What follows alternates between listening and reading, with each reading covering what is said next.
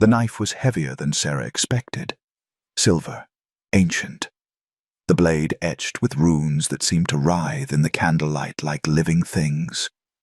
Her hand trembled as she raised it over the stone altar, the weight of what she was about to do pressing down on her lungs until breathing felt like drowning. "You're certain?" Grandmother Thessa's voice cut through the incense smoke, sharp and unforgiving. "Once you spill virgin blood in the breaking circle, there's no undoing it. The old gods don't accept refunds, child." Sarah's jaw tightened. "I'm certain." Behind her, through the crumbling temple walls, she could hear them, the Blood Moon Pack celebrating her impending bond ceremony. Drums, laughter, the kind of joy that came from watching a sacrifice dressed up as tradition. They were celebrating her cage. In 3 hours, she would be dragged before the pack and bound to Callum Voss, the beta heir who'd claimed her as his fated mate the moment she'd turned 18. Never mind that his fated bond felt like iron chains around her soul. Never mind that his touch made her skin crawl. Never mind that she'd rather die than spend eternity tethered to a man whose idea of affection was controlling who she spoke to. The Lycan Council called it destiny. Sarah called it a prison sentence. "The blood rite will sever the bond," Grandmother Thessa continued, her gnarled fingers arranging obsidian bowls around the altar. "But the price is steep. Your virginity offered to the old gods, your future unmapped, your connection to pack magic uncertain." "Callum is the uncertain part," Sarah said flatly. "Everything else is just details. Bold words for a girl who's never disobeyed a direct order in her life." "Then it's time I started." Grandmother Thessa's laugh was dry as autumn leaves. "You remind me of your mother. She was stubborn too. Look where it got her. Dead. It got her dead. Killed by rogues when Sarah was 6 because the pack refused to send reinforcement to the border territories they deemed expendable. But Sarah didn't say that. She just pressed the blade against her palm and whispered the words Grandmother Thessa had made her memorize. Words in the old tongue.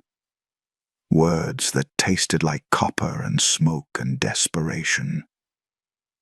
"By blood I came. By blood I break. By blood I claim my freedom or forsake." The temple doors exploded inward. Sarah spun, knife clattering to the stone floor. A man filled the doorway. No, not a man. Something more. Something that made every instinct in Sarah's body scream predator while simultaneously whispering submit. Before we continue, hit the subscribe and like button and tell me what the weather looks like in your location. I love to know. Now let's dive in. He was massive, easily 6.5 feet of muscle and controlled violence wrapped in black leather, and an aura of absolute authority. Dark hair fell to his shoulders, partially obscuring a face too sharp to be merely handsome. Scars traced his jaw and neck like a roadmap of survival. And his eyes, gods, his eyes, molten gold, ancient, burning with an intensity that made Sarah forget how to breathe. "Well," he said, his voice like gravel and silk, "this is unexpected." Grandmother Thessa dropped into a bow so low her forehead nearly touched the floor. "Your Majesty." "We didn't. The wards should have." "Your Majesty." Ice flooded Sarah's veins. She was looking at Kieran Ashenblade. The Lycan King. The Blood Crown. The man who'd unified the warring packs 20 years ago through a combination of strategic brilliance and overwhelming brutality. The most dangerous wolf in existence. And she'd just tried to perform an illegal blood rite in his territory. "Forgive us, your majesty," Grandmother Thessa stammered. "The girl is young, foolish." "The girl has a name," Sarah heard herself say. Grandmother Thessa made a strangled sound. Kieran's attention locked onto Sarah like a predator sighting prey. He moved into the temple with fluid, unhurried grace, closing the distance between them in 3 long strides. "What's your name?" he asked softly. "Seraphine."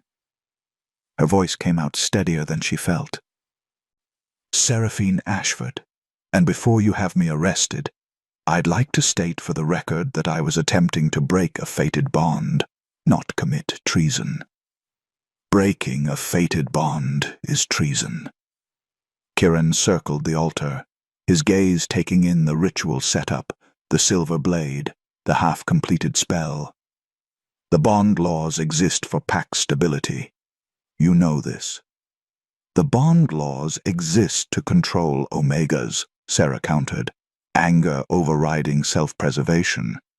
"To trap us in bonds we never chose with men who see us as property. And your fated mate sees you as property. He sees me as a pretty accessory to parade around, slightly better than property. Not by much." Kieran stopped circling, studied her with those unsettling gold eyes. "Callum Voss, the Blood Moon Beta heir. You know him?" "I know of him. Arrogant, entitled. Uses his fated bond status to bully Omegas into submission." Kieran's expression didn't change, but something dangerous flickered in his gaze. "Not a good man." "No," Sarah agreed quietly. "He's not." Silence stretched between them, heavy with implications. Then Kieran picked up the silver blade from where Sarah had dropped it, tested its weight. The runes along the edge began to glow in his hand, actual light, pulsing and alive. "This is a breaking blade," he said, "forbidden for 2 centuries. Where did you get it?" "Family heirloom," Grandmother Thessa croaked. "Please, your majesty, the girl meant no." "She meant exactly what she was doing." Kieran's eyes never left Sarah. "Didn't you, Seraphine?" "Yes.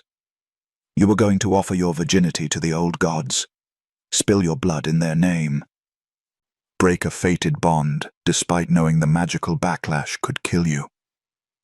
He tilted his head.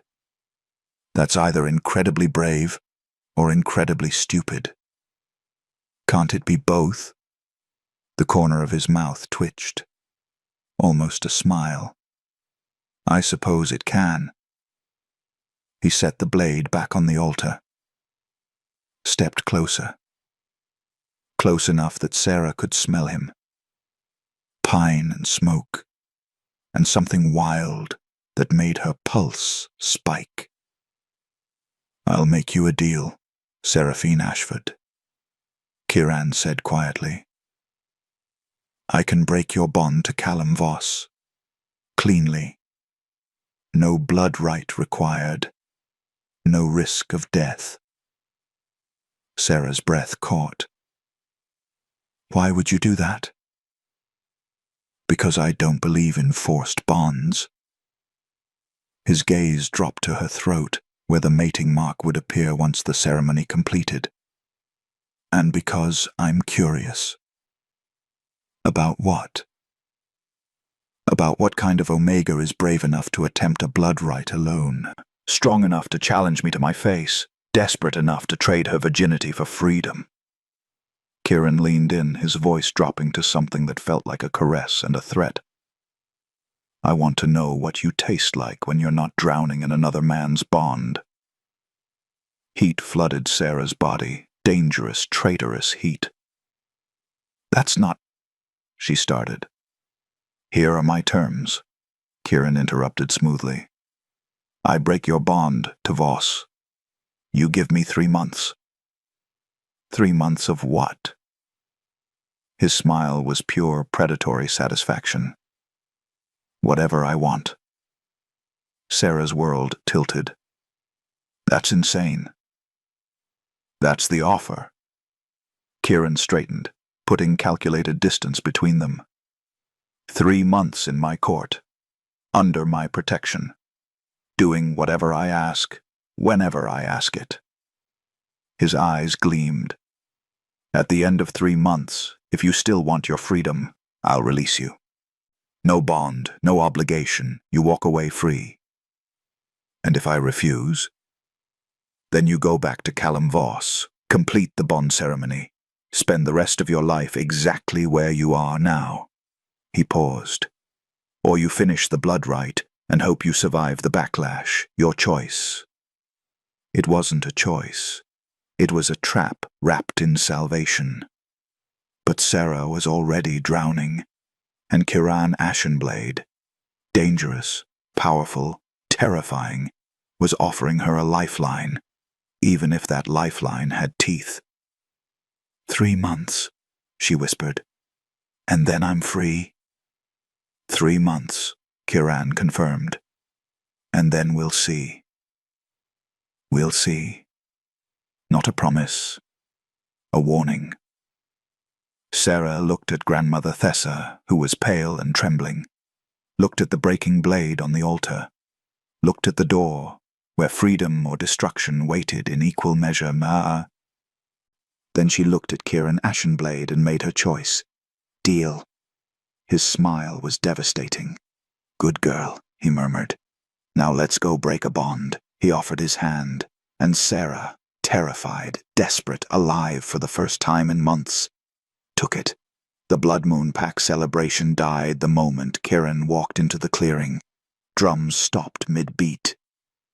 Laughter choked into silence. 300 wolves froze, their instincts recognizing apex predator even before their eyes confirmed it. Sarah felt Kieran's hand tighten around hers, not possessive but anchoring. Like he knew her knees wanted to buckle under the weight of every stare now burning into her. Callum stood on the ceremonial platform mid-speech, his mouth still open around words that would never come. He was handsome in the conventional way, golden hair, strong jaw, the kind of face that photographed well and hid cruelty expertly. His eyes found Sarah, then dropped to her hand in Kieran's. The rage that twisted his features was almost worth everything that would come next. Your Majesty. Alpha Mordrin, Blood Moon's pack leader, recovered first, dropping into a bow that looked more like controlled panic. We weren't expecting. This is a private ceremony. Not anymore, Kieran's voice carried across the clearing without him raising it, command woven into every syllable. I'm here for the Omega. Murmurs rippled through the crowd like a shockwave. Callum stepped forward, his beta aura flaring. With respect, Your Majesty, Seraphine is my fated mate. Our bond ceremony begins in minutes. You have no right. I have every right. Kiran released Sarah's hand, but positioned himself slightly in front of her, subtle, protective. I'm invoking the king's claim. The crowd erupted. Sarah's blood turned to ice. What's the king's claim? An old law, Grandmother Thessa whispered from behind them. She'd followed, wringing her hands. Allows the Lycan King to claim any unmated wolf for royal service. It hasn't been invoked in over 50 years. She's not unmated, Callum snarled, jumping off the platform. The bond ceremony hasn't happened yet, Kieran finished calmly, which makes her fair game, his gold eyes fixed on Callum with predatory focus. Unless you're suggesting I don't have the authority to claim wolves in my own kingdom. I'm suggesting, Callum bit out, barely controlled fury vibrating through every word, that you're overstepping. Everyone knows fated bonds are sacred. The moment I recognized her as mine. You recognized her, Kieran interrupted. She didn't recognize you back. Did she, Seraphine? Every head turned. Sarah's throat went dry. This was it. The moment she either condemned herself or saved herself. No middle ground. No, she said, forcing her voice steady. I never felt the bond. Gasps, whispers, The kind of scandal that would echo through pack territories for months. "She's lying," Callum snapped. "She felt it. She told me." "I told you what you wanted to hear," Sarah interrupted, surprised by her own courage. "Because saying no to a beta heir isn't exactly safe for an Omega with no family protection." "You little—" Callum lunged. Kieran moved. One moment he was standing still. The next he was between them, one hand wrapped around Callum's throat, lifting him off his feet like he weighed nothing. "Touch her," Kieran said quietly, "and I'll rip your spine out through your chest." The casual way he said it, like commenting on weather, made it infinitely more terrifying. Alpha Mordrin stepped forward, hands raised. "Your Majesty, please. Callum is young, hot-headed, but this is still—" "Still what?" Kieran dropped Callum, who crumpled to his knees, gasping. "Still acceptable? Still pack business?" His gaze swept the crowd. "Let me be clear. Any pack that forces bonds on unwilling Omegas is no pack of mine. Any beta who claims a mate didn't feel the bond is either delusional or lying." He looked down at Callum with contempt. "Which are you?" Callum's jaw worked. "The bond is real. She felt it. She's just confused."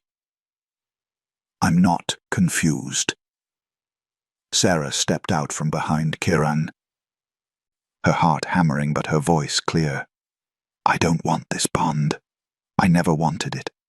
And if the only way to escape it is to leave with the Lycan King, then that's what I'm doing." "You don't know what you're doing," Callum hissed, climbing to his feet. "You think he's saving you? He's a monster, Sarah. The Blood Crown. They call him that because he wades through bodies to get what he wants."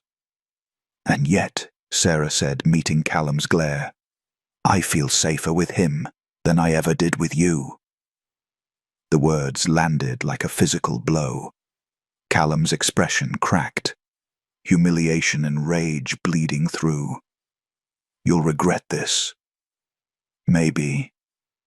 Sarah lifted her chin. "But at least it'll be my choice to regret." Kieran's hand returned to the small of her back. "We're done here." "Wait." Alpha Mordrin's voice carried desperation. "The bond, if she leaves now, Callum will suffer bond rejection. It could kill him. Then he'll die," Kieran said flatly. "Or he'll survive and learn that forced bonds have consequences." He guided Sarah toward the clearing's edge, where a massive black horse waited. "Either way, not my problem." They were almost to the horse when Sarah felt it. A tearing sensation in her chest, like invisible threads she hadn't known existed, were being yanked free from her ribcage. She gasped, stumbling. Kieran caught her immediately. "The bond breaking. Hold on." Behind them, Callum screamed. It wasn't physical pain, it was worse. The sound of a bond being severed, of destiny being rejected, raw and agonizing and echoing across the clearing. Every wolf felt it. The wrongness, the violation of something sacred. And Sarah, despite everything, despite hating Callum, despite choosing this, felt guilt lance through her at the sound of his suffering. "Don't," Kieran murmured against her ear, somehow reading her. "He would have chained you forever and called it love. You owe him nothing." The tearing sensation peaked, excruciating, then snapped. Silence. The bond was gone. Sarah could breathe again, actually breathe. The constant pressure of Callum's presence in the back of her mind, the phantom weight of his expectations, the suffocating inevitability. Gone. She was free. Tears spilled over before she could stop them. "Thank you," she whispered. Kieran lifted her onto the horse, then swung up behind her, his arms caging her securely. "Don't thank me yet, little Omega. You just agreed to 3 months as mine. You don't even know what that means." His breath was warm against her neck. his body solid and dangerous at her back. "What does it mean?" Sarah asked, suddenly very aware of how alone they were about to be. Kieran's laugh was dark silk. "You'll find out soon enough." He kicked the horse into motion. And as they rode away from the Blood Moon pack, away from Callum's broken screams and the life she'd almost been forced into, Sarah felt two things simultaneously. Relief so profound it was dizzying, and fear so sharp it tasted like blood. Because she'd escaped one cage. But she had no idea what she'd just walked into. The Lycan King's smile promised she was about to find out. The journey to the capital took 6 hours. 6 hours of Kieran's body pressed against her back. 6 hours of his arms bracketing her as he controlled the horse. 6 hours of trying not to notice how he smelled, dark spice and winter storms, or how her traitorous body responded every time his breath ghosted across her neck. By the time the Iron Keep came into view, Sarah's nerves were frayed to nothing. The castle rose from black stone cliffs like something carved from nightmares. 7 towers pierced the sky, their peaks disappearing into low clouds. Torches burned along the walls despite the daylight, casting everything in shades of amber and shadow. "Welcome to your new home," Kieran said against her ear. "Try not to run screaming." "Is that a common occurrence?" "You'd be surprised." The gates opened before they reached them, massive iron things that groaned like dying creatures. Guards lined the courtyard, each one dropping to a knee as Kieran passed. Not out of love, Sarah realized. Out of fear. He dismounted first, then lifted her down with hands that spanned her waist completely. For a moment they stood close enough that Sarah had to tilt her head back to meet his eyes. "Nervous?" he asked. "Terrified." "Good. Fear keeps you sharp." His thumb brushed her jaw. "Casual. Possessive. Rule 1. You go nowhere in this castle without my permission. Understood?" Sarah's spine stiffened. "I'm not a prisoner." "No. You're something far more interesting." Kieran's smile was knife-sharp. "You're mine for 3 months. That means my protection, my rules, my authority. You wanted freedom from Callum's control?" His hand slid to her throat, not squeezing, just resting there. "Careful what you wish for, little Omega." Heat flooded her body. Dangerous, confusing heat. Before Sarah could respond, footsteps echoed across the courtyard. A woman emerged from the keep's entrance, tall, elegant, with midnight hair and eyes like chips of ice. She wore formal court attire that screamed power and moved like someone who'd never been told no in her life.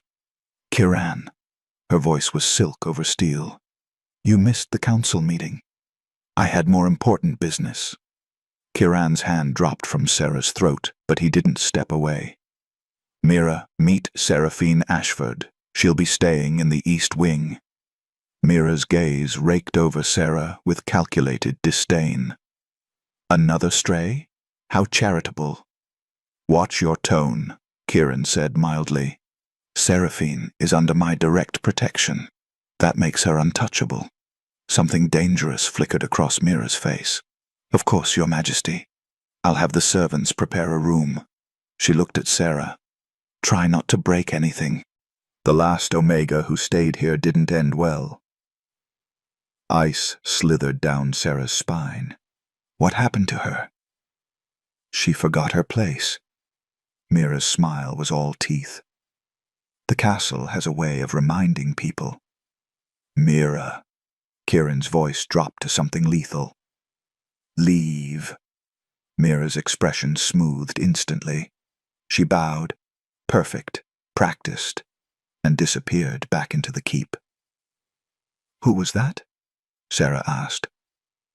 "Lady Mira Blackthorn, my cousin, second in line to the throne." Kieran started walking, clearly expecting Sarah to follow. She's also venomous, ambitious, and convinced she should be queen, instead of waiting for me to produce an heir. Don't trust her. Anyone else I shouldn't trust? Everyone. Kieran glanced back, something dark glittering in his eyes. Including me. They entered the keep through doors carved with wolves tearing each other apart, a cheerful welcome, and into corridors that seemed to swallow light. Torches burned in iron sconces, casting more shadows than illumination. Sarah felt eyes watching from every alcove, every doorway. Servants who vanished the moment she looked their direction, guards whose hands rested on weapon hilts. This wasn't a castle. It was a war zone pretending to be civilized. Here. Kieran stopped before an ornate door, pushed it open. The room beyond stole Sarah's breath. Massive, opulent. A four-poster bed dominated the space, draped in black silk. Floor-to-ceiling windows overlooked the valley below. Candles burned everywhere, making the room glow like captured starlight. And in the corner, laid out carefully on a velvet chair, a dress. Not just any dress, something made for royalty. Deep crimson silk that shimmered like fresh blood, cut low and dangerous. "What is that?" Sarah whispered. "Your outfit for tonight." Kieran leaned against the doorframe, watching her with predatory patience. "We're having a small gathering. 200 wolves, council members, pack alphas, nobles." His smile was pure wickedness. "I want them to meet my new acquisition." "I'm not an acquisition. Tonight you are." Kieran pushed off the frame, stalked toward her with liquid grace. "Tonight, you're the Omega the Lycan King claimed from a fated bond, the girl who chose me over destiny." He stopped inches away. "They'll be watching every move you make, every breath, looking for weakness. Why are you telling me this?" "Because Rule 2, Kieran's hand cupped her face, thumb tracing her bottom lip, "is that when we're in public you play your role perfectly. You're mine. You want to be mine. You chose this." His eyes burned into hers. "Can you do that, Seraphine?" Her name in his mouth felt like a brand. "And what happens," Sarah breathed, "when we're not in public?" Kieran's smile turned devastating. "Then you find out why they call me the Blood Crown." He stepped back, leaving her cold and confused and burning all at once. "Dinner is at sunset. Don't be late." He moved toward the door, then paused. "Oh, and Seraphine, that dress?" His gaze raked over her slowly. "When you put it on, remember, you're not just wearing it for them." "Who am I wearing it for?" His answering smile was pure sin. "Me." The door closed behind him with a finality that sounded like a trap snapping shut. Sarah stared at the crimson dress, at the opulent cage masquerading as a room, at the future she'd chosen in a moment of desperation, and wondered, not for the first time, definitely not for the last, what exactly she'd agreed to. 3 months with the Lycan King. 3 months of whatever he wanted. Outside, thunder rumbled. The storm was just beginning. The dress fit like a second skin. Sarah stared at her reflection, barely recognizing herself. The crimson silk clung to every curve, the neckline plunging dangerously low, the slit revealing far too much leg. Her hair had been swept up by silent servants who'd appeared and disappeared like ghosts, leaving her looking like something between a queen and a sacrifice. She looked powerful. She felt terrified. A knock interrupted her spiral, not Kieran. The energy was wrong. The door opened before she could respond. A man entered, young, maybe mid-20s, with copper hair and easy smile that seemed genuine. Unlike everyone else she'd met, He didn't look at her like she was prey. Seraphine Ashford. He bowed, casual, almost playful.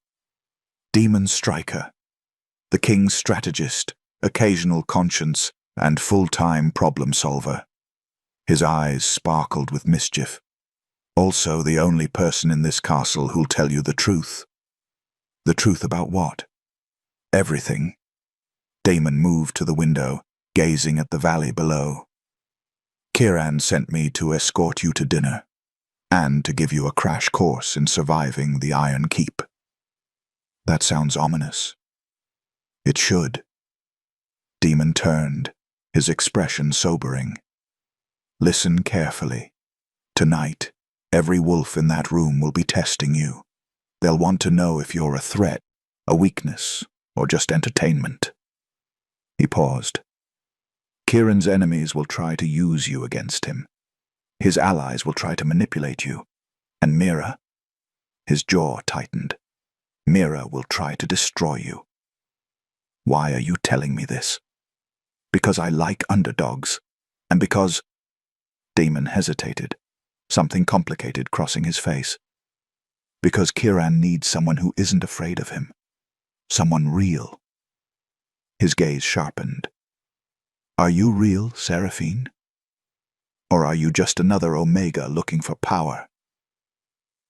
I'm just trying to survive, Sarah said honestly. Demon studied her for a long moment, then smiled. Good answer. Come on, let's feed you to the wolves. The great hall was breathtaking and terrifying in equal measure.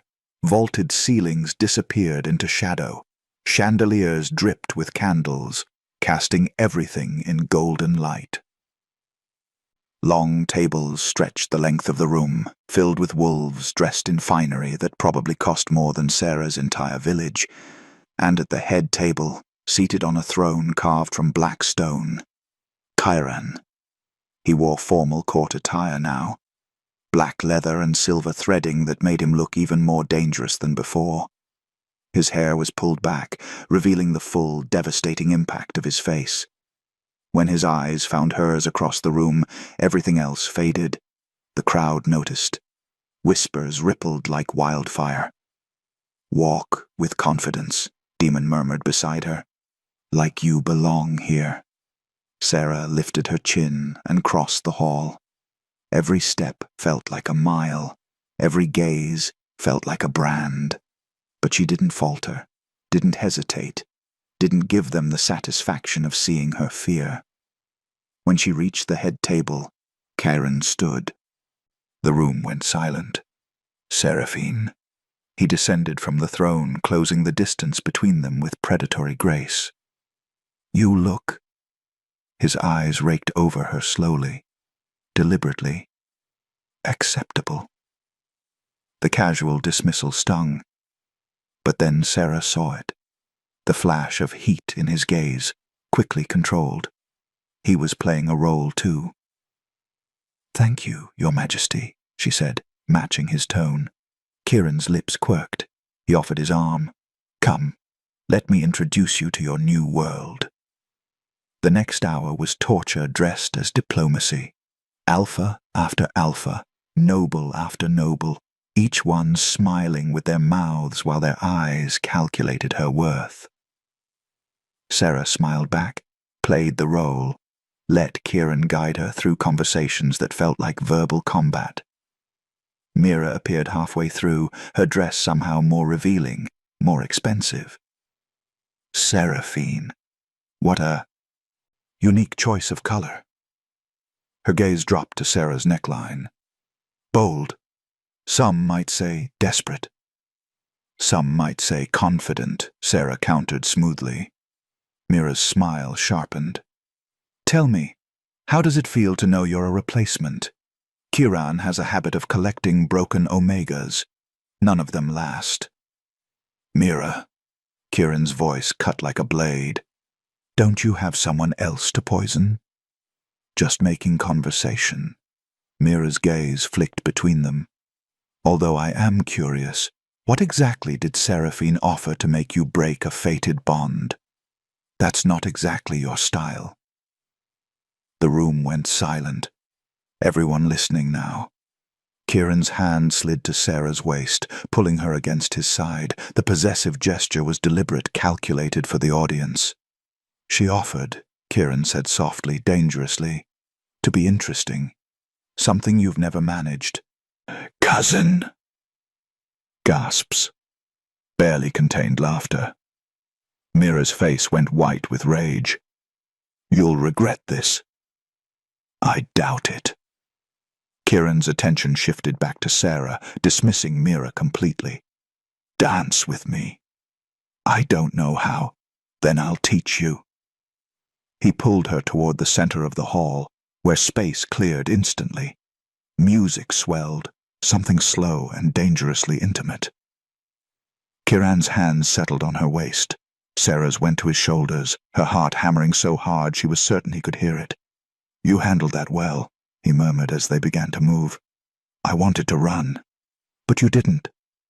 His eyes searched hers. Why? Because you told me to play my role. Sarah met his gaze. And because I refused to give her the satisfaction. Something flickered across Kieran's face. Approval. Surprise. It was gone too quickly to name. You're stronger than I expected, he said quietly. Desperation makes you strong. No. Kieran pulled her closer, close enough that Sarah could feel the heat radiating from his body. Desperation makes you reckless. You're something else entirely. What am I? His smile was devastating. I'm still trying to figure that out. The music swelled. Karan spun her, and for a moment, just a moment, Sarah forgot where she was. Forgot the audience, the danger, the 3-month bargain. Then she saw him. A man at the edge of the hall, watching with eyes that burned with recognition and something darker. He nodded once, deliberately, and Sarah's blood turned to ice because she knew that face, knew it from whispered warnings, from nightmares about rogues and border raids and her mother's death. That was Ronan Ash, the Rogue King, and he was here, in Kieran's castle. Kieran? She started. I know, he murmured against her ear. We have bigger problems than Mira. Who is he? Someone who shouldn't be here. Kieran's arms tightened around her. Someone who wants something from me. And I think... His voice dropped to something cold. I just figured out what. What? Kieran pulled back just enough to meet her eyes. You. The music ended. The hall erupted in polite applause, and across the room, the Rogue King smiled. Kieran didn't let her leave his side for the rest of the evening. His hand remained at her waist, possessive, protective, a warning to everyone watching. Sarah felt the tension radiating from him, coiled violence barely restrained beneath courtly manners. Ronan Ash didn't approach.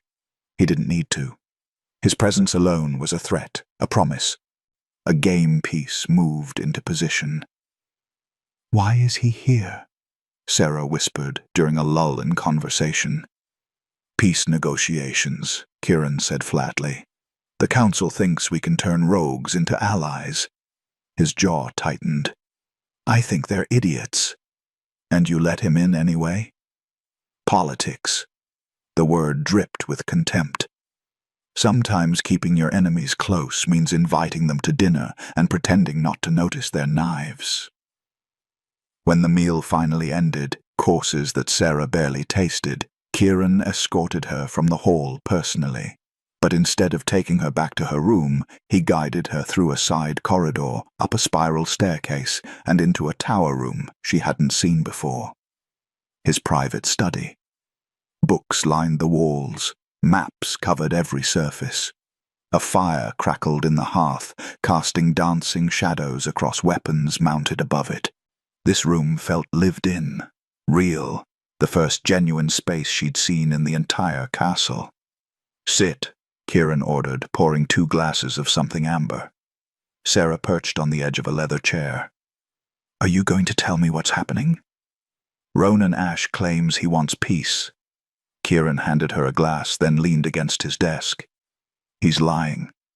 How do you know? Because I know Ronan. Kieran's expression darkened. We grew up together, before he went rogue, before he started building his own pack from cast-offs and exiles. He swirled his drink. He doesn't want peace. He wants chaos. And you, his eyes locked on hers, just became his newest tool. Sarah's throat tightened. I don't understand. Tonight, everyone saw me claim you publicly, saw me break a fated bond for you, saw me dance with you like you matter. Kieran's voice went cold. Ronan's smart enough to recognize a weakness when he sees one. I'm not your weakness. Aren't you? Kieran pushed off the desk, stalked toward her with predatory focus.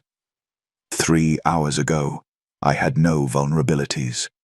Now I have an Omega under my protection, who every enemy in this castle knows I broke laws to acquire. He stopped in front of her, close enough to touch. That makes you leverage, Seraphine.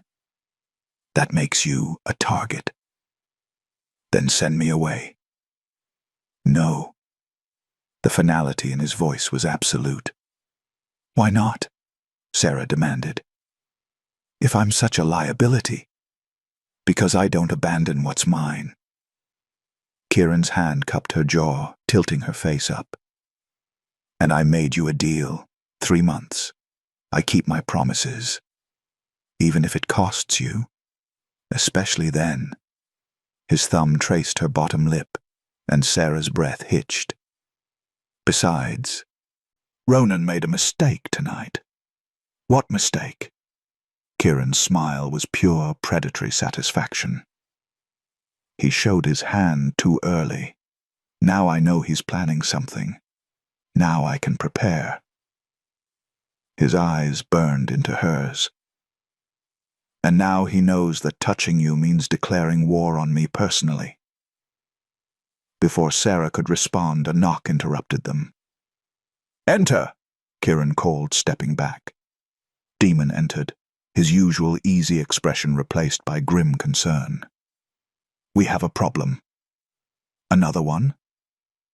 Callum Voss is here, at the gates, demanding entry under the Blood Challenge law. Sarah's heart stopped.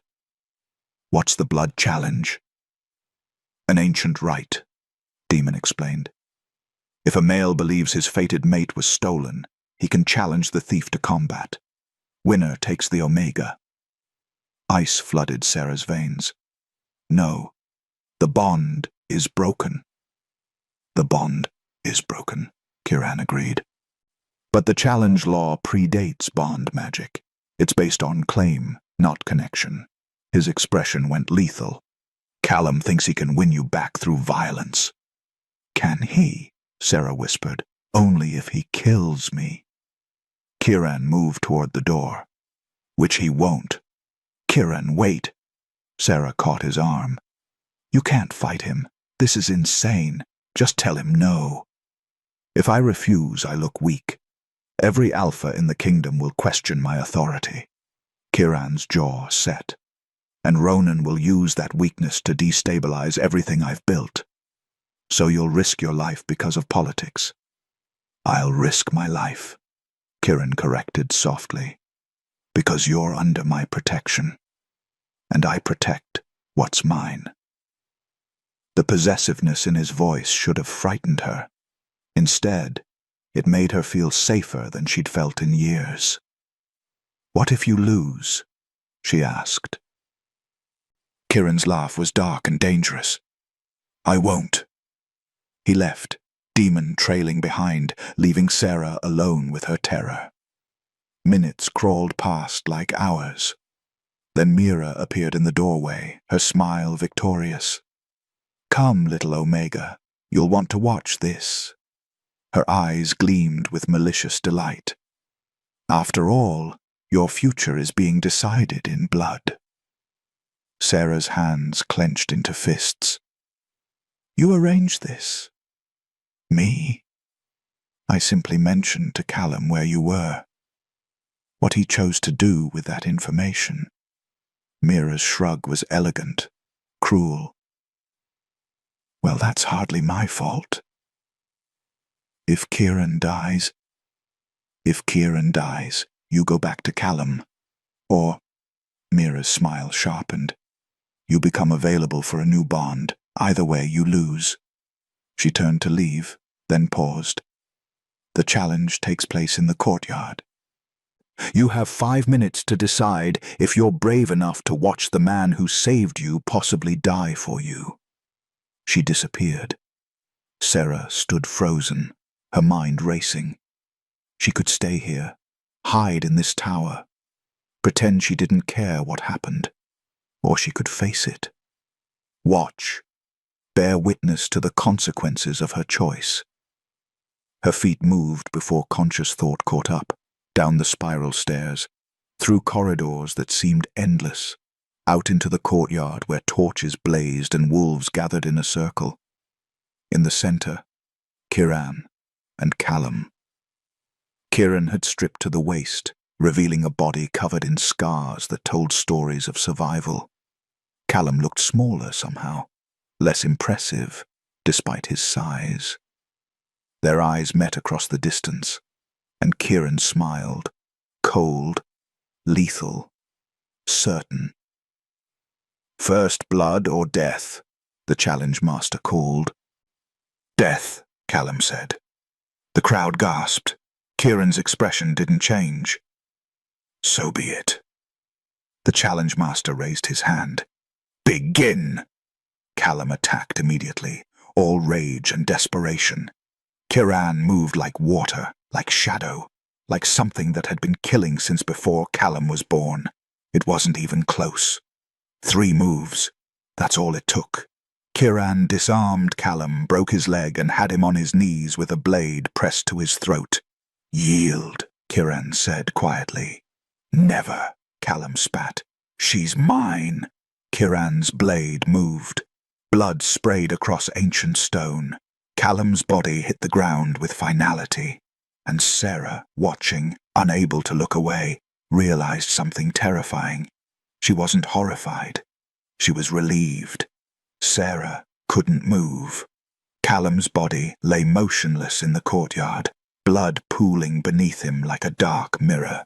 The crowd had gone silent, not shocked, but waiting, watching for her reaction. Kieran cleaned his blade with deliberate slowness. When he finally looked up, his eyes found hers across the distance. No apology, no regret, just cold, absolute certainty. He'd killed for her, and he'd do it again. Remove the body, Kieran ordered, his voice carrying the weight of command. And send word to the Blood Moon Pack. Their beta heir challenged the Lycan King and lost. They'll want to collect what's left. Guards moved immediately. The crowd began to disperse, murmuring. Mira stood at the edge of the courtyard, her expression unreadable, but her eyes burning with something between fury and calculation. Kieran crossed to Sarah, still shirtless, still covered in another man's blood. Inside, he said quietly. Now. She followed numbly, her mind struggling to process what she'd witnessed. Back through corridors, up the spiral stairs, into his study, where the fire still burned as if nothing had changed. But everything had changed. Kieran poured himself a drink, downed it, poured another. Say something, he ordered. You killed him. Sarah's voice sounded distant, detached. You didn't have to. He was already beaten. You could have... Could have what? Kieran spun to face her.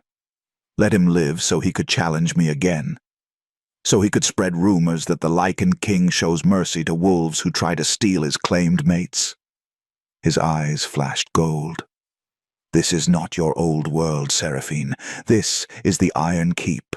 Mercy is weakness. Weakness is death. He was a person. He was a threat. Kieran stalked toward her. He forced a bond on you, controlled you, would have spent your entire life making you regret running. He stopped inches away. And tonight, he came here willing to kill me, to drag you back to that cage. So yes, I killed him. And I'd do it again, without hesitation. Sarah's breath came in short gasps. I should be horrified. But you're not. Kieran's hand came up, cupping her face with surprising gentleness, despite the blood still on his skin. Are you, little Omega? She wasn't. Gods help her, she wasn't. What does that make me? She whispered. Human. Kieran's thumb brushed her cheekbone. You survived an abusive bond. Watched the man who tormented you die. Feeling relief doesn't make you a monster. It makes you honest. Tears burned Sarah's eyes. I didn't want him dead. I just wanted him gone. They're the same thing in this world. A knock interrupted them. Demon entered without waiting for permission, his expression grim. Ronan wants a meeting. Tonight. Private. Kieran's jaw tightened. No. He says it's about the Omega. Demon's gaze flicked to Sarah. Says he has information about her mother's death. The floor dropped out from under Sarah. What? It's bait, Kieran said immediately. He's manipulating you. My mother died 15 years ago. Sarah's voice shook. Rogues killed her. What could he possibly know? Everything, apparently. Demon pulled out a sealed letter. He sent this. Said you'd want to read it before deciding. Sarah snatched the parchment, broke the seal. The words inside made her blood run cold. Your mother didn't die in a rogue attack. She was murdered by council order. I have proof. If you want to know why, meet me in the East Gardens at midnight. Come alone. R.A. It's a trap, Kieran said, reading over her shoulder. He's lying. Is he? Sarah looked up at him. The council orders killings. You said yourself they used to make Omegas disappear. That was decades ago. Was it? She held up the letter. Or did they just get better at hiding it? Kieran's expression went dark. You're not meeting him. That's not your decision. The hell it isn't. He grabbed her wrist, not painfully, but firmly. You're under my protection for 3 months. That means I decide what's safe. I didn't agree to be your prisoner. Sarah yanked free. You said 3 months of whatever you want. Fine. But you don't own my choices. You don't control my past. If you go, you'll die. If I don't go, I'll never know the truth. They stared at each other, wills clashing. Finally, Kieran's expression shifted, calculation replacing anger. Fine, he said coldly. You want to meet the Rogue King? We'll meet him. Together. He said alone. And I said together. Kieran's smile was sharp as broken glass. Ronan wants to play games with what's mine. Then he gets to play by my rules. He looked at Demon. Prepare a security detail. 20 wolves, positioned throughout the gardens. If Ronan makes one wrong move, I want him dead before he hits the ground. Kieran, Sarah started. Those are my terms. His voice went soft, dangerous. You want answers about your mother? Fine. But you get them with me standing between you and whatever trap Ronan's setting. His eyes burned into hers. Non-negotiable. Sarah wanted to argue, wanted to fight for autonomy, for control, for the freedom she'd sacrificed so much to claim. But looking at Kieran, at the deadly certainty in his expression, the barely controlled violence, the absolute refusal to compromise on her safety, she realized something.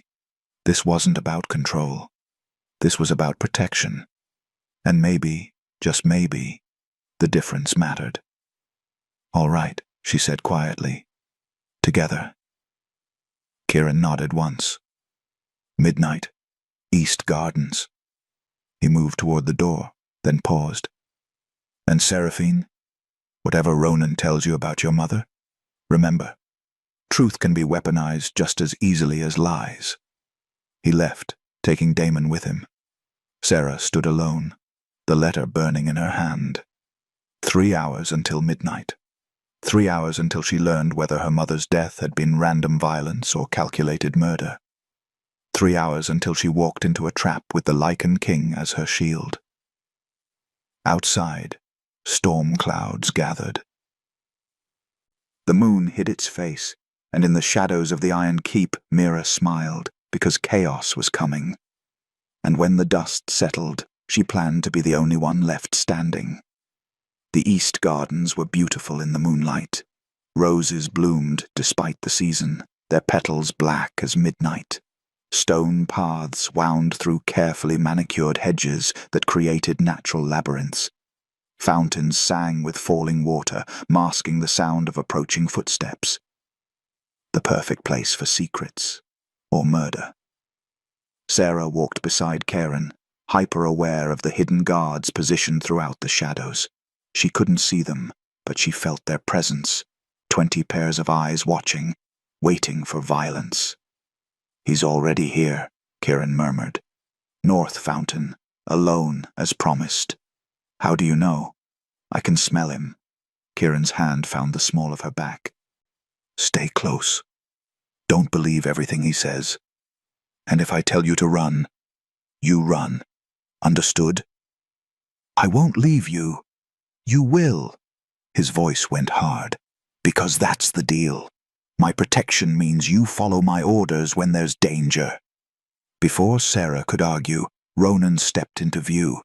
He looked different up close, younger than she'd expected, maybe 30, with dark hair streaked silver at the temples, and eyes that held too much knowledge. Scars traced his throat and hands, speaking of violence survived. He wore simple clothes, no armor, no weapons visible. But everything about him screamed danger. "Kieran." Ronan's smile was sharp. "Still playing the overprotective king, I see." "Still playing the manipulative bastard," Kieran countered. "Always." Ronan's attention shifted to Sarah. "Seraphine Ashford. You look like your mother. Same eyes, the same stubborn set to your jaw." Sarah's breath caught. "You knew her?" "I did. Before the council decided she was a problem." Ronan moved closer, and Kieran immediately stepped between them. "Relax, old friend. I'm not here to hurt her. I'm here to give her what she deserves." "Which is?" "The truth." Ronan pulled out a folded parchment, old, yellowed with age. "This is a council order from 15 years ago, signed by 3 elders, including one you know well." He held it out. "Read it." Kieran took the document first, scanned it, his expression darkening with each line. Then he handed it to Sarah without comment. She read. The words blurred, then sharpened into devastating clarity. "Council Order Number 847. Eliminate Lyanna Ashford. Target has been spreading seditious ideology regarding Omega autonomy and bond choice. Her influence threatens pack stability. Make it look like a rogue attack. Leave no witnesses. Signed, Elder Morven, Elder Kane, Elder Thorn." The parchment slipped from Sarah's fingers. "My mother," her voice broke. She was murdered because she believed Omegas should have choices? She was leading a rebellion, Ronan said quietly. Quietly, carefully, but effectively. She had dozens of Omegas ready to challenge their assigned bonds. The council panicked. His expression hardened. So they sent hunters dressed as rogues, burned her house, made sure there were no survivors. Except Seraphine, Kieran said, his voice dangerously soft. She survived. I was at a friend's house, Sarah whispered, the memory rushing back. My mother sent me away that morning, told me to stay overnight. Her chest tightened. She knew. She knew they were coming. She sacrificed herself to save you. Ronan's eyes held genuine sympathy, and she made me promise. If anything happened to her, I'd make sure you knew the truth when you were old enough. You're a rogue, Sarah said numbly. Why would she trust you? Because I was Pack then, a beta enforcer. Your mother came to me when she discovered the council was planning to disappear several Omegas who'd refused bonds. Ronan's jaw tightened. I helped them escape. The council found out. I had to choose, follow orders to kill rebels, or become one. So you went rogue. I chose freedom. Ronan looked at Kieran. Something your king here pretends to support, but hasn't actually implemented. I've changed the bond laws, Kieran started. On paper, Ronan interrupted. But the same council members who murdered Lyanna still sit in power, the same elders who've been killing rebels for decades. His eyes flashed. You want real change, Kieran? Start by removing the poison from your own court. Elder Morven, Sarah breathed. She's still here, still making decisions. She tried to coup me 6 months ago, Kieran said flatly. I let her live because executing elders creates instability. It creates justice, Ronan snapped. But you're too political to see it, too concerned with maintaining order. He looked at Sarah. Your mother died fighting for change, and 15 years later, her killers still walk free. Rage flooded Sarah's veins, hot, consuming, absolute. Where is she? Where's Morven? Sarah, no! Kieran grabbed her arm. Let go! Her voice came out cold, unfamiliar. You said I had 3 months of whatever you wanted. Fine, I want Morven's head. Revenge won't bring your mother back. Neither will playing politics. Sarah yanked free, facing Kieran with tears streaming down her face. You broke my bond because you said forced bonds were wrong. You killed Callum because he threatened me. But the woman who orchestrated my mother's murder, she gets to live because executing her is inconvenient? Kieran's expression fractured. It's not that simple. Yes, it is. Sarah's voice shook with fury. Either you believe Omegas deserve justice or you don't. Either my mother's death matters, or it doesn't. Of course it matters. Then prove it. She held his gaze, channeling every ounce of pain and rage into her stare. Give me Morven. Or admit you're exactly what Ronan says, a king who talks about change but protects murderers when it's politically convenient.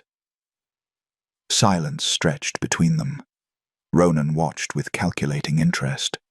The hidden guards waited for orders, and Kieran, the Lycan King, the Blood Crown, the most dangerous wolf in existence, looked at the Omega he'd claimed and realized he'd underestimated her completely.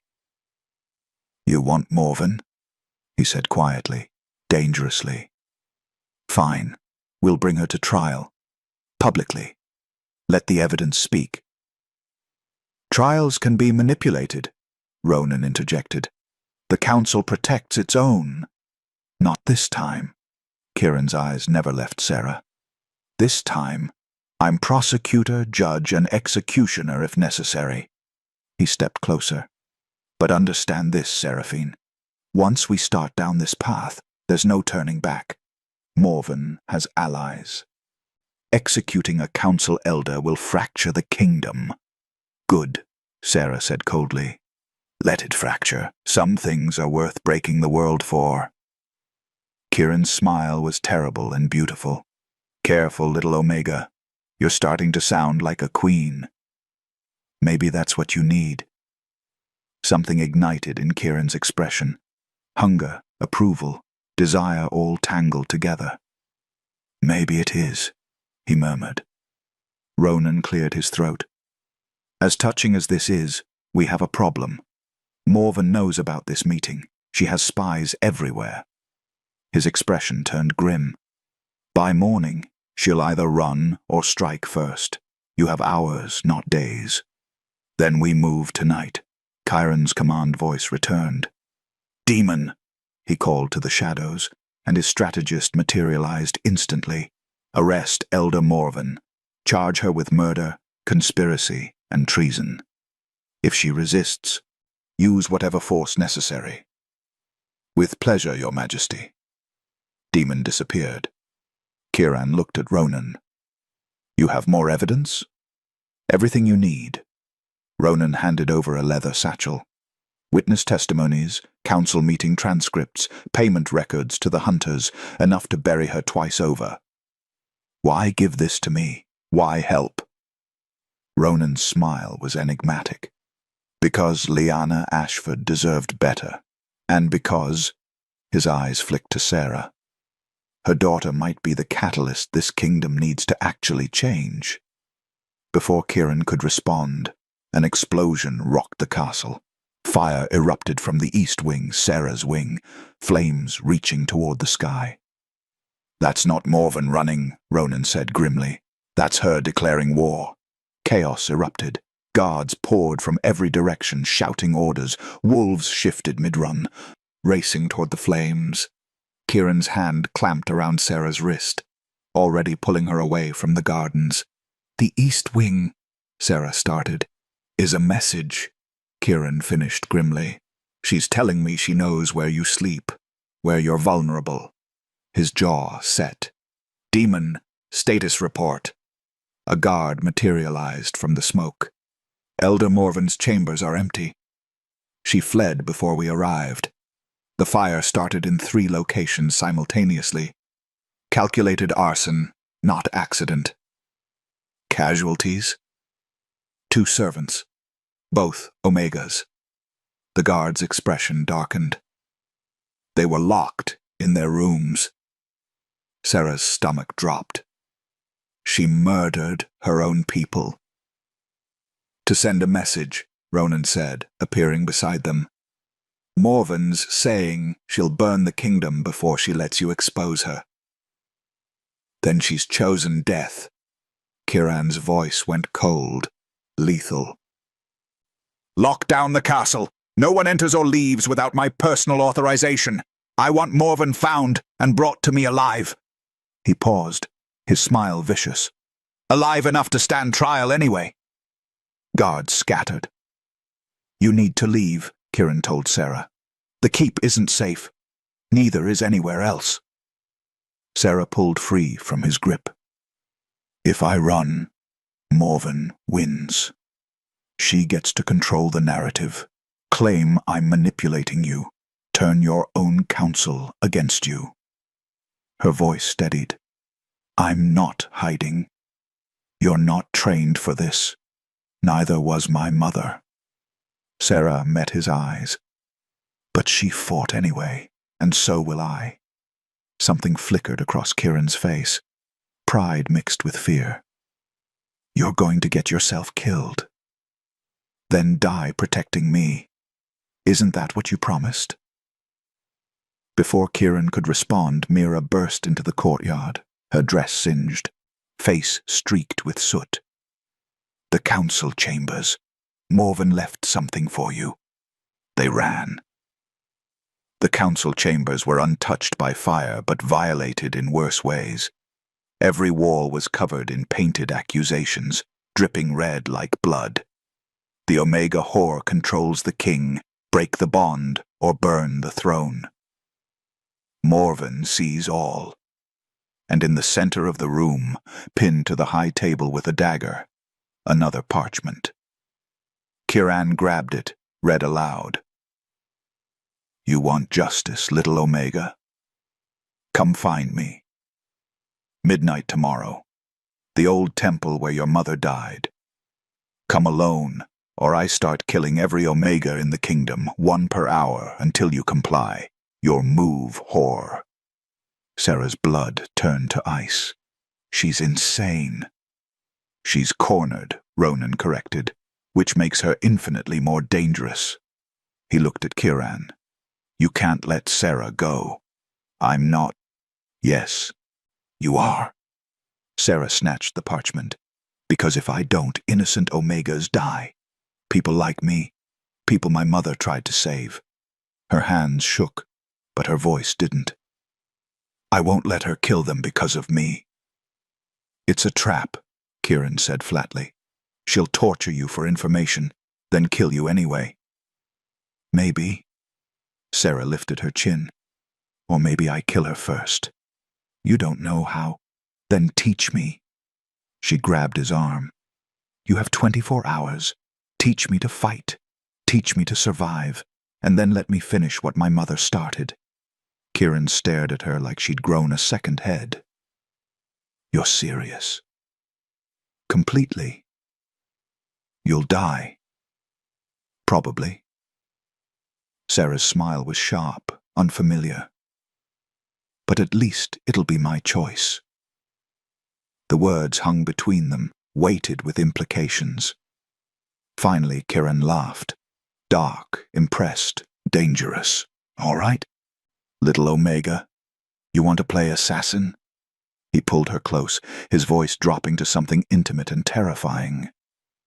Then we do this my way. No arguments, no hesitation. I say run, you run. I say kill, you kill. Understood? Understood. And if you die, his hand cupped her face, I'm burning the whole kingdom down in revenge. Dramatic. Accurate. Kiran's thumb traced her jaw. You've become important, Seraphine. Dangerous. How important? Is that a problem? It's a complication. His eyes searched hers. But I'm starting to think complications are underrated. He kissed her. Not gentle, not careful. Hard and claiming and desperate. Like he was trying to memorize the taste of her before she disappeared forever. When he pulled back, Sarah was breathless. Training starts now, Kiran said. No sleep, no breaks. 24 hours to turn you into something that can survive Morven. His smile was predatory. Think you can handle it?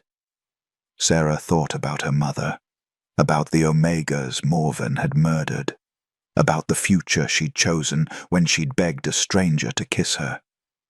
Try me, she said. Kiran's answering grin was pure sin. Let's go to war, little Omega. Hours blurred together. Kiran was a brutal teacher. He taught her dirty fighting, eye gouges, throat strikes, how to use her smaller size as advantage, how to kill quickly, efficiently, without hesitation. Ronan joined them, adding tricks rogues used. Poison application, pressure points. How to fake weakness to create openings. Demon contributed strategy, exit routes, reading terrain, psychological warfare. By dawn, Sarah's body was covered in bruises, her hands raw, her muscles screaming. But her eyes were clear, focused, hard. She wasn't the same Omega who'd begged for a kiss at a festival. She was something else now, something dangerous.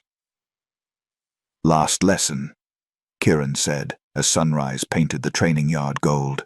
He handed her a blade, silver, perfectly balanced. When you face Morven, she'll try to talk, justify. manipulate. His expression went cold. Don't listen. Don't hesitate. Just kill her, Sarah finished. Yes. She tested the blade's weight. It felt right, like it had been waiting for her. What if I can't? She asked quietly. What if, when the moment comes, I freeze? Kieran stepped close, his hand covering hers on the blade. Then I'll do it for you. But I don't think you will. His eyes burned into hers. I think you're exactly what this kingdom needs. What I need. A killer. A queen. The word stole her breath. I'm not. Not yet, Kieran agreed. But you will be. He leaned in, his lips brushing her ear. If you survive tonight. Sarah shivered. And if I don't? Then I'll make sure Morven regrets killing you until her dying breath. His voice promised violence, which won't take long. The sun crested the horizon. 12 hours until midnight. 12 hours until Sarah walked into the temple where her mother died. 12 hours until everything changed. Again. The old temple looked exactly like the nightmares. Crumbling stone, dead vines crawling up walls that had witnessed too much death. The altar where her mother had bled out 20 years ago still stained dark. No amount of rain able to wash away what had happened there. Sarah stood at the entrance, silver blade cold against her palm. Behind her, hidden in the shadows, Kieran and his wolves waited. She had insisted on walking in alone, Morven's terms, but Kieran had made it clear, if Sarah did not walk back out in 10 minutes, he was burning the temple down with Morven inside. I know you're here, Sarah called, her voice echoing off ancient stone.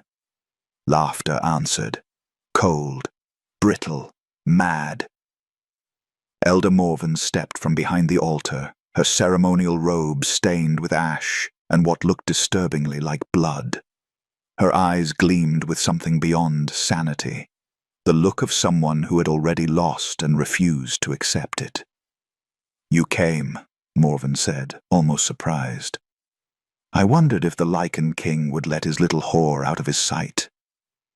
He doesn't let me do anything, Sarah replied calmly. I make my own choices. That's why I'm here. To kill me? Morven's smile twisted. With that tiny blade? You're just like your mother, delusional about your own strength. Sarah's grip tightened. My mother was brave. She fought for Omegas who had no voice. You murdered her for it. I saved the kingdom. Morven's voice cracked. Your mother would have destroyed everything, convinced Omegas they deserved choice, convinced them bonds were negotiable. The hierarchy exists for a reason. To protect people like you, Sarah said quietly.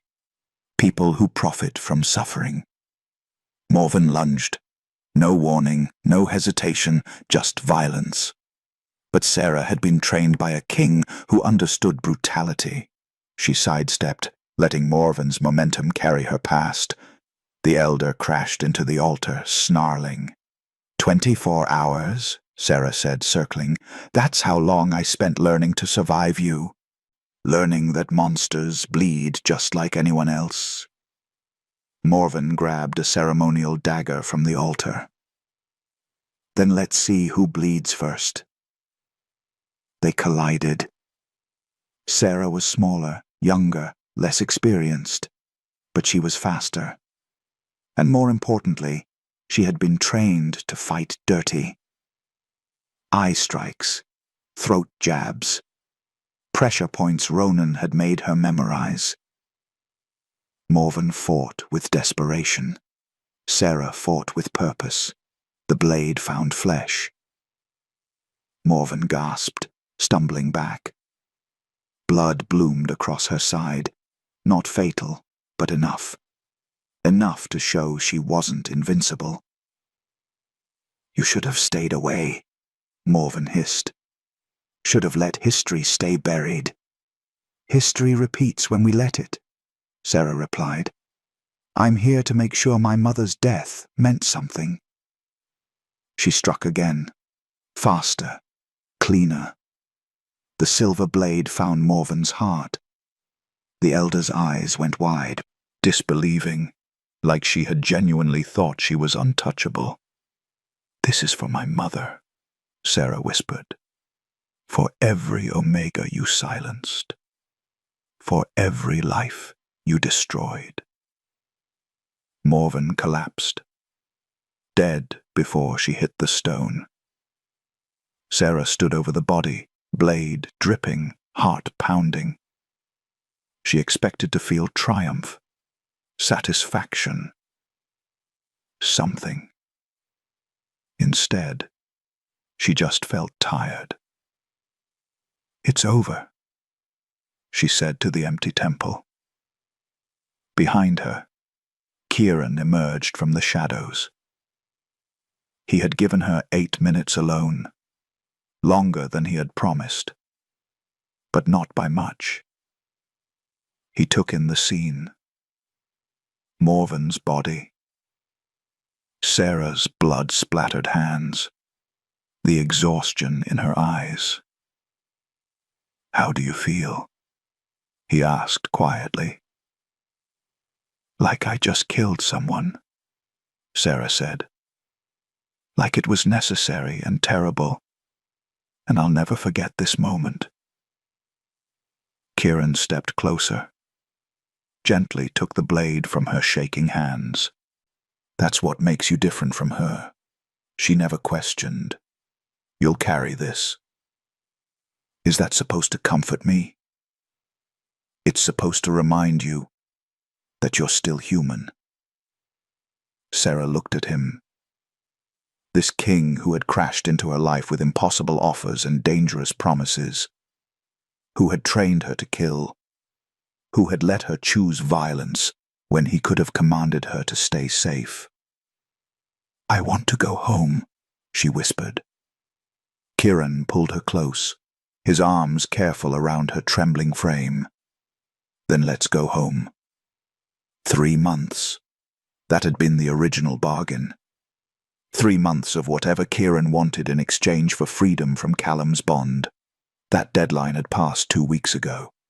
Sarah stood on the castle balcony, watching the sunset paint the kingdom in shades of gold and crimson.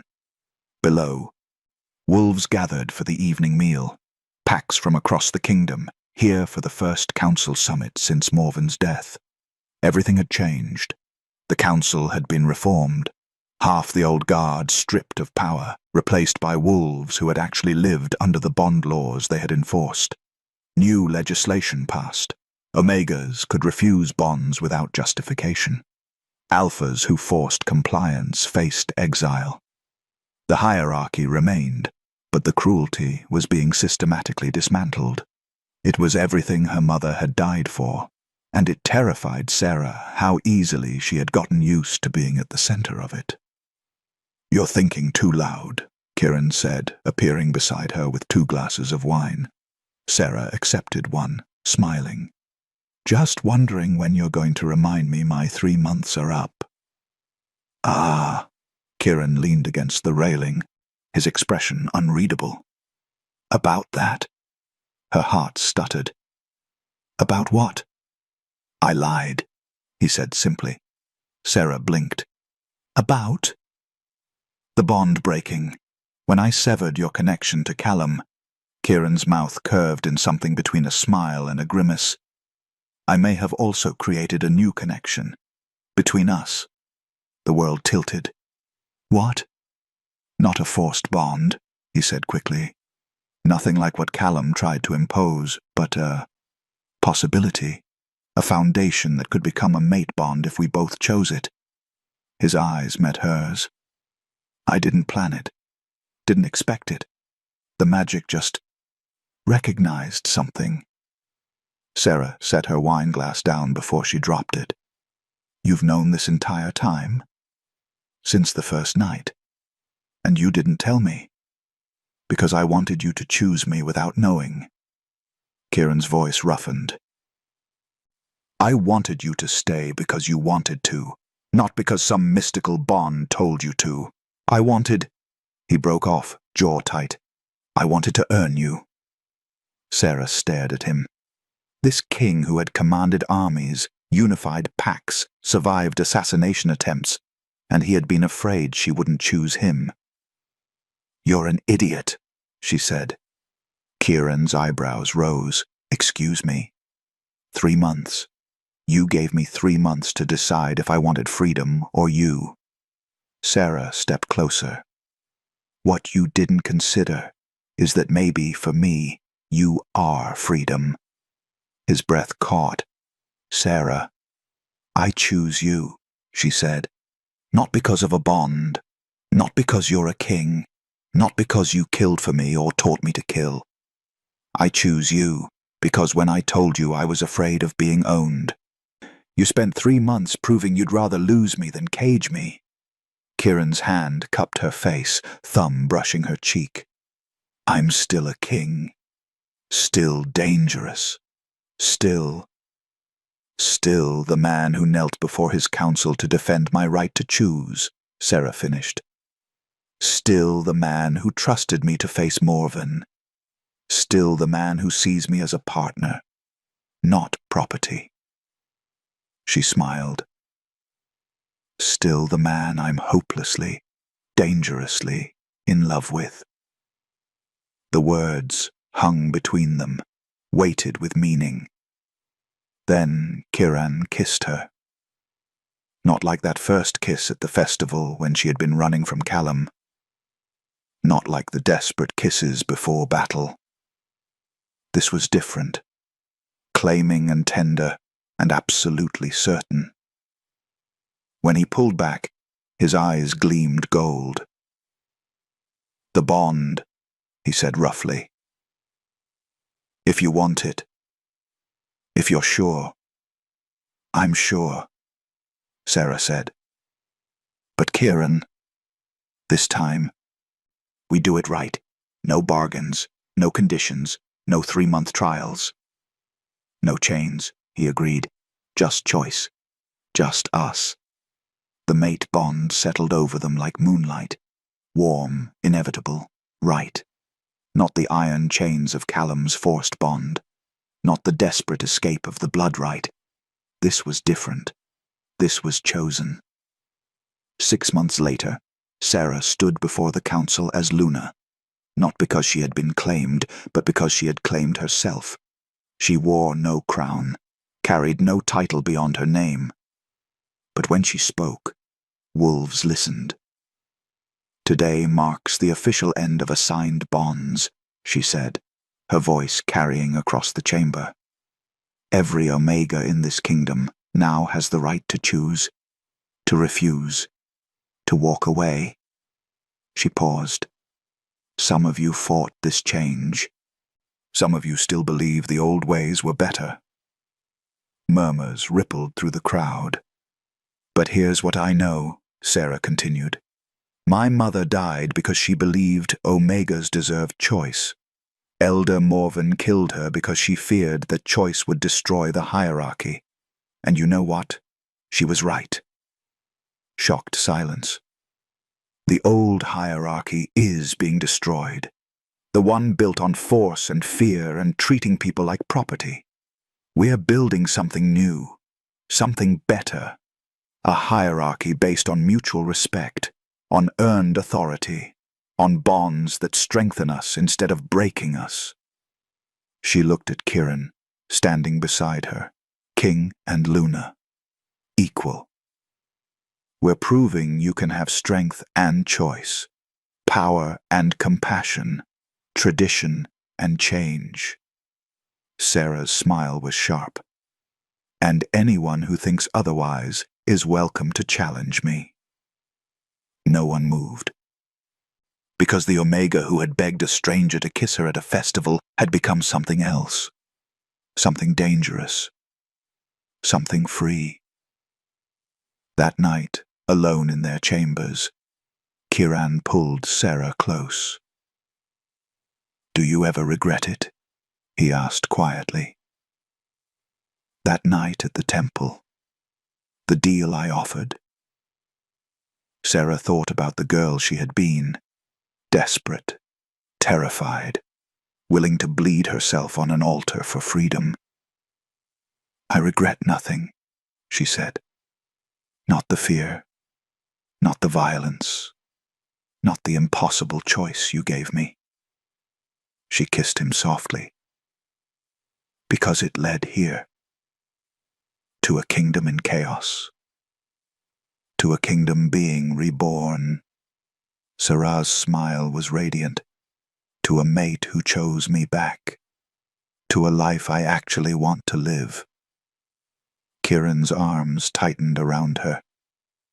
I love you, Seraphine Ashford. My Luna.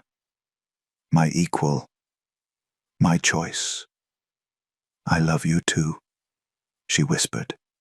My king, my partner, my home. Outside, the moon rose over the kingdom, full and bright and promising. Inside, two wolves who had found each other in blood and desperation finally rested, not as captor and captive, not as king and subject, but as two souls who had chosen each other, freely, completely, forever. And in the end, that choice made all the difference. Thank you for listening to Moonlight Romance Library. Subscribe now, join the pack, and let the moon guide you back for the next story.